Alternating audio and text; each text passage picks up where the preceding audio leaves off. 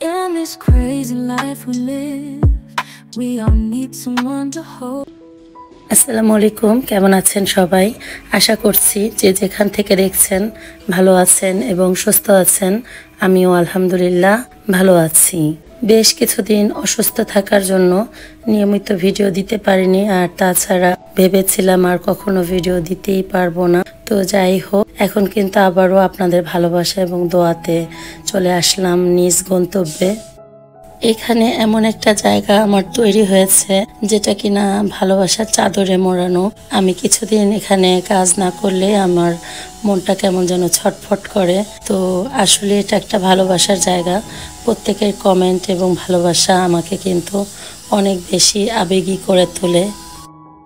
দুপুরে রান্নাবান্না মায়ের গাছের যে কয়েকটা করলা ছিল তাই দিয়ে কিছু আলু দিয়ে ভাজি করে নিলাম, আর ওইদিকে হচ্ছে গরুর মাংস রান্না করেছি। তারপরে কালো জিরা আর বটবটি ভর্তা করেছিলাম, খিচুড়ি রান্না করেছি, শুটকি ভর্তা করেছি। মা যেহেতু খিচুড়ি খায় না, তাই মার জন্য ভাত, করলা ভাজি আর ভর্তা মাংস দিয়ে মা কিন্তু খাবেন। তো যাই হোক, এখন এই যে দেখতে পাচ্ছেন বিলাতি যে ধনিয়া পাতা, তো ওগুলো বাজার থেকে কিনে এনেছিলাম। মা বলল যে গোড়া থেকে কিছু অংশ রেখে তারপরে একটা কাপে ভিজিয়ে নিতে। তো আগের দিন ভিজিয়ে রেখেছিলাম, একটু একটু করে কিন্তু গাছ বের হচ্ছিল। তারপরে মা মাটিতে এই যে লাগিয়ে নিচ্ছে। ভিডিওর এই পর্যায়ে ছোট্ট একটি রিকোয়েস্ট, যারা লাইক দেননি প্লিজ একটা লাইক দিয়ে দিবেন, আর যারা নতুন আজই প্রথম আমার ভিডিও দেখছেন, ভিডিওর কোনো অংশ যদি একটু হলেও আপনার কাছে ভালো লেগে যায় তাহলে প্লিজ সাবস্ক্রাইব করে আমার পাশে থেকে যাবেন। আর যে সকল আপুরা ইতিমধ্যে সে কাজটি করে নিয়েছেন, শুরু থেকে আমার পাশেই আছেন, তাদেরকে জানাই অসংখ্য ধন্যবাদ। জি প্ল্যান্টের এই স্টিক দুইটা আমি পানিতে লাগিয়ে নিয়েছিলাম, কারণ গাছটা দেখছিলাম যে মরে যাচ্ছিল। এই তো পানিতে রাখার পরে এই স্টিকটাতে হালকা শেকড় বের হয়েছে। এগুলো প্রায় 1 মাসের মতো লাগে শেকড় বের হতে। তো এটা তো হালকা একটু বের হয়েছে, পরবর্তীতে ভালো করে শেকড় বের হলে মাটিতে লাগিয়ে নিব। বড় পাতার মানি প্ল্যান্টটা সেটা কিন্তু অলরেডি বেঁচে গিয়েছে আলহামদুলিল্লাহ। পরবর্তীতে আবারও কিন্তু আপনাদের সাথে আপডেট শেয়ার করব। এখন চলেন, কিচেনে যে শেলফটা ছিল সেটা বলেছিলাম মাল্টিপারপাস ব্যবহার উপযোগী। তো আজ কিন্তু আমি আমার ড্রয়িং রুমের এই জায়গাটা গাছ দিয়ে সাজিয়ে নিচ্ছি। শেলফটা যেহেতু দুইটা তাকের, তো খুবই ছোট একটু চওড়াতে, তাই কিন্তু একটা দুইটা রাখলেই কিন্তু কাভার হয়ে যায়।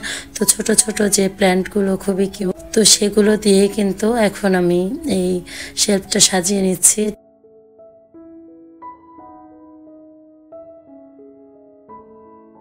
এই যে প্ল্যান্ট রাখার যে হোল্ডারটা সেটা আমার হাজব্যান্ড গিফট পেয়েছে, তো আমার জন্য কিন্তু নিয়ে এসেছে। যাই হোক, খুবই সুন্দর এই হোল্ডারটা।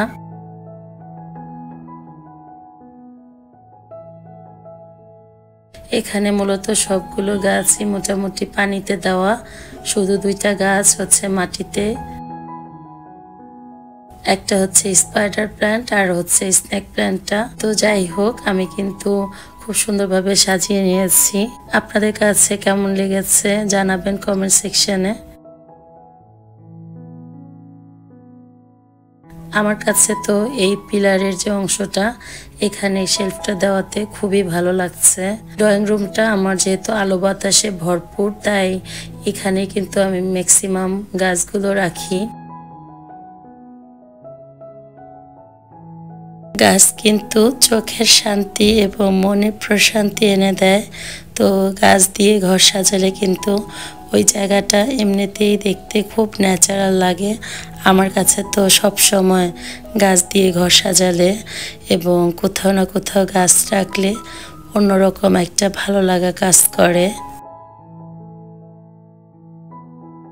বিকালের দিকে কিন্তু একটু বেড়াতে গিয়েছিলাম, গিয়ে দেখি যে রাজশাহী থেকে অনেক আম এবং কাঁঠাল এসেছে।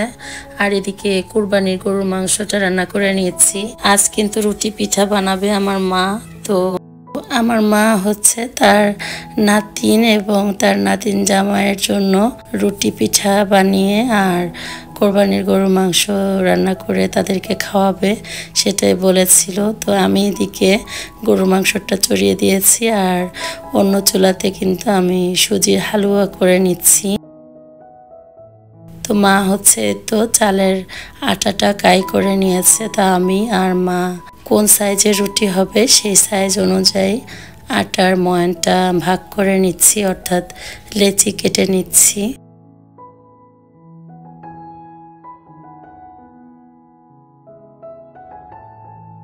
মা যেহেতু অসুস্থ ছিলেন তখন, তাই মাকে কিন্তু তেমন একটা কষ্ট করতে দিই নেই। তো আমি কিন্তু রুটিগুলো বেলে নিচ্ছি। চালের রুটি খাওয়াটা কিন্তু অনেকটা কষ্টকর, আর এই চালের ময়ানটা করা খুবই কষ্ট।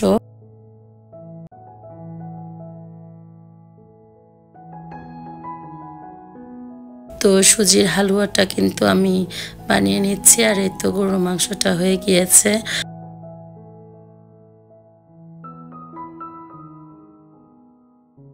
তো রাতের খাওয়া যেহেতু আমরা বিকালে গিয়েছি, তাই এখানে ড্রাগন ফ্রুটস আর আনার বেছে নিয়েছিলাম নাস্তার জন্য।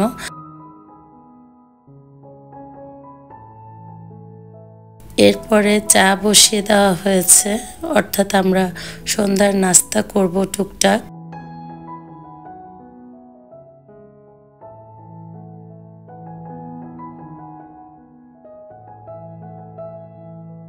তো যাই হোক, আম কিন্তু কাঁচা ছিল আর কাঁঠালটাও কাঁচা থাকায় কিন্তু আমরা খেতে পারিনি। এই ফ্রুটস কাটা হয়েছে, তারপর আবার আপেলও কিন্তু কাটা হয়েছিল। বিস্কিট আর দুধ চা আমরা খাচ্ছিলাম।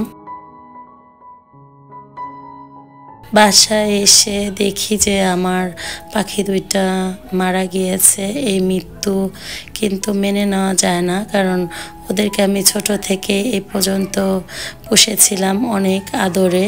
শখের জিনিস মারা গেলে কিন্তু খুব কষ্ট হয়। তো যাই হোক, আপনাদের সাথে শেয়ার করলাম। আমার পাখি দুইটা কিন্তু আর বেঁচে নেই। সবাই আমার জন্য দোয়া করবেন, আপনাদের জন্য অনেক অনেক দোয়া। আজকের মতো বিদায় নিচ্ছি। আল্লাহ হাফেজ। আসসালামু আলাইকুম।